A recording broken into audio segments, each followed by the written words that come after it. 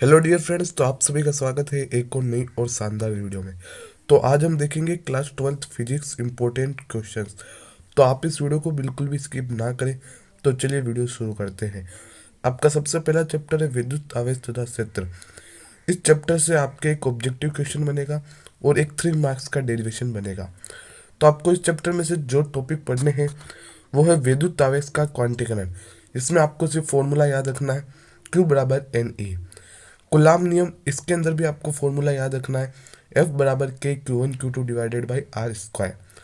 फिर पराविद्युतांक, पराविद्युतांक क्या होता है? विद्युत क्षेत्र की तीव्रता, विद्युत क्षेत्र रेखाएं, गाउस नियम तथा इसके अनुप्रयोग।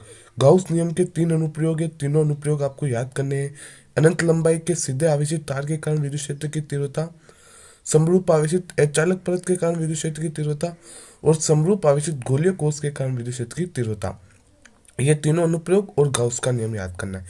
फिर विद्युत द्विध्रुव किसे कहते हैं? विद्युत द्विध्रुव की अक्षीय रेखा पर स्थित बिंदु पर विद्युत क्षेत्र की तीव्रता और विद्युत द्विध्रुव की निरक्षीय रेखा पर स्थित बिंदु पर विद्युत क्षेत्र की तीव्रता। ये 2 डेरिवेशन और गाउस के नियम के 3 डेरिवेशन। कुल मिला के 5 डेरिवेशन याद कर लेना। एक डेरिवेशन फिक्स एग्जाम में आपके आएगा। इसके बाद सेकंड चैप्टर है विद्युत विभव तथा धारिता। इससे एक भी बड़ा क्वेश्चन नहीं आएगा, इससे सिर्फ 1 लाइन के क्वेश्चन आएंगे। तो इस चैप्टर में आपको पढ़ना है विद्युत विभव क्या होता है, इसका फॉर्मूला याद रखना, V बराबर W/Q। बिंदु आवेश के कारण किसी बिंदु पर विद्युत विभव V बराबर KQ डिवाइडेड बाई R, इतना सा याद रखना। विद्युत द्विध्रुव के कारण किसी बिंदु पर विद्युत विभव V बराबर KP cos theta divided by R square, ये याद रखना। विद्युत क्षेत्र तथा विद्युत विभव में संबंध E बराबर -dV/dr। स्थिर विद्युत परीक्षण क्या होता है? किसी चालक की धारिता क्या होती है? Q बराबर CV होता है, इससे आपको C ज्ञात करना आना चाहिए। समविभव पृष्ठ मोस्ट इंपॉर्टेंट है और समविभव पृष्ठ के दोनों डायग्राम में अच्छे से याद करना। पृथ्वी की धारिता, पृथ्वी की धारिता प्रायोगिक और सैद्धांतिक दोनों याद कर लेना। समांतर पट्टी का संधारित्र की धारिता, बस सूत्र याद रखना, C बराबर ε0 A डिवाइडेड बाई D। वे परावैद्युत माध्यम का क्या प्रभाव पड़ता है? जितने परावैद्युत का अपन माध्यम रखेंगे धारिता उतनी ही गुना हो जाएगी।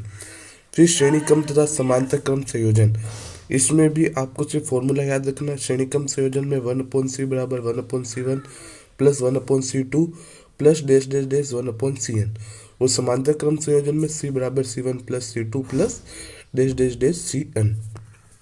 इसके बाद चैप्टर 3 है विद्युत धारा।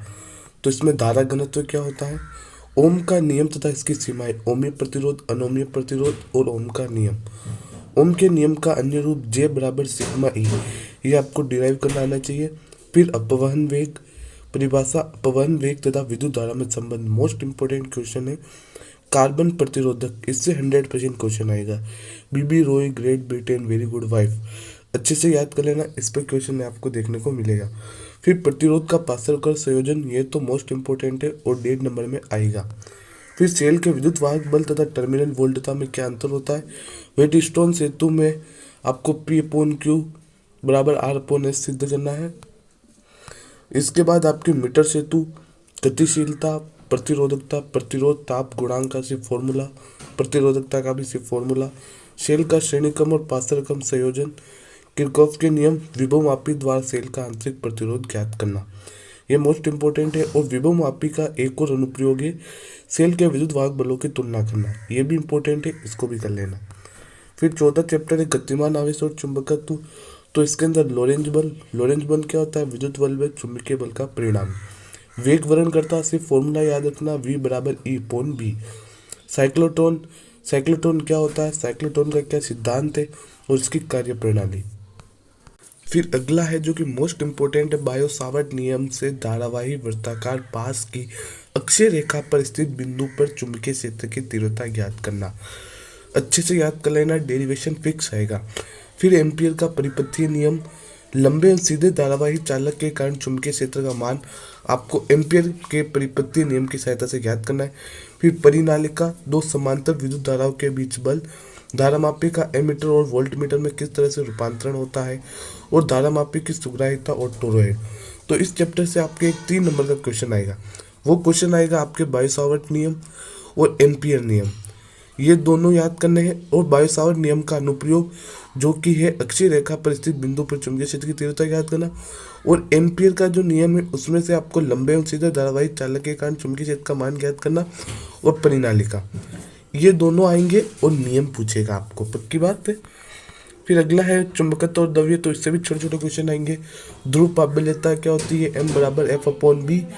चुंबकीय क्षेत्र रेखा है, इस पे भी क्वेश्चन आएगा, डायग्राम पूछ सकता है। इसके अनुप्रयोग या फिर आप बोल सकते हो गुण से भी क्वेश्चन पूछ सकता है। दंड चुंबक पर बल लागुण कितना होता है। चुंबकत्व के लिए गाउस नियम क्या है। भू चुंबकत्व के घटक जिसमें नति कोण है, नति कोण, नमन कोण, दिक्पात कोण, BH बराबर B cos थीटा, BB बराबर B sin थीटा, ये आपको याद होने चाहिए। फिर आपेक्षिक पारगम्यता, चुंबकीय प्रवृत्ति, विभिन्न चुंबकीय राशियों में संबंध, क्यूरी का नियम, धारणशीलता, निग्राहिता, स्थायी चुंबक बनाने के लिए क्या क्या कंडीशन है, विद्युत चुंबक बनाने के लिए क्या क्या कंडीशन है, क्यूरी ताप क्या होता है। और एक क्वेश्चन जो कि ज़्यादा पूछा जाता है कि लोहे के लिए क्यूरी ताप कितना होता है, वो होता है 770 डिग्री सेंटीग्रेड। फिर शेतिल्य वक्र, ये आपको पढ़ना है। फिर विद्युत चुंबकीय प्रेरण चैप्टर 6 है, जिसके अंदर चुंबकीय फ्लक्स फाइ बराबर BA cos थीटा। फेराडे के प्रेरण के नियम, दो नियम है, दोनों नियम याद करने। लेंज का नियम, और लेंज का नियम किस पर आधारित है, ऊर्जा संरक्षण पर। और लेंज का नियम क्या देता है, प्रेरित धारा की दिशा। गतिज विद्युत वाहक बल E बराबर BVL, बस इतना याद रखना है। भंवर धाराएं क्या होती है, एडी करंट, सब प्रेरकत्व क्या होता है, क्या फॉर्मूला है, क्या विमा है और क्या मात्रक है। अन्योन्य प्रेरकत्व भी ऐसे ही। फिर एसी जनरेटर प्रत्यावर्ती धारा जनित का चित्र और फॉर्मूला और कार्यविधि। इसके बाद जो चैप्टर नंबर 7 है उसमें से आपको देखना है एक पूर्ण चक्र के लिए प्रत्यावर्ती धारा का औसत मान, प्रत्यावर्ती धारा का वर्ग मध्य मूल मान, LCR परिपथ क्या होता है, श्रेणी LCR अनुनादी परिपथ, अर्धशक्ति बिंदु या फिर आवृत्तियां, बैंड चौड़ाई, विशेषता गुणांक, शक्ति गुणांक और ट्रांसफार्मर। बस यही आपको इस चैप्टर में से देखना है। वैसे मैं आपको और इम्पोर्टेंट क्वेश्चंस अवेलेबल करा दूंगा, लेकिन अभी आप इन टॉपिक पर फोकस करें। फिर चैप्टर 8 है EMW यानी कि इलेक्ट्रोमैग्नेटिक वेव्स, विद्युत चुम्बकीय तरंग। तो इस चैप्टर में से कुछ नहीं करना है, विद्युत चुम्बकीय तरंग किसे कहते हैं और विद्युत चुम्बकीय तरंगों के संचरण का जो चित्र है वो, और विद्युत चुम्बकीय तरंगों के क्या क्या गुण होते हैं, और जो विद्युत चुम्बकीय स्पेक्ट्रम है उसके आपको अनुप्रयोग यानी कि उपयोग याद करने हैं। तो आपको बस 8 चैप्टर में से यही चीज़ें याद करनी थी। बाकी की सारी चीज़ें और मैं इस चैनल पर अवेलेबल कराता रहूँगा, तो आप इस चैनल को जरूर सब्सक्राइब करें।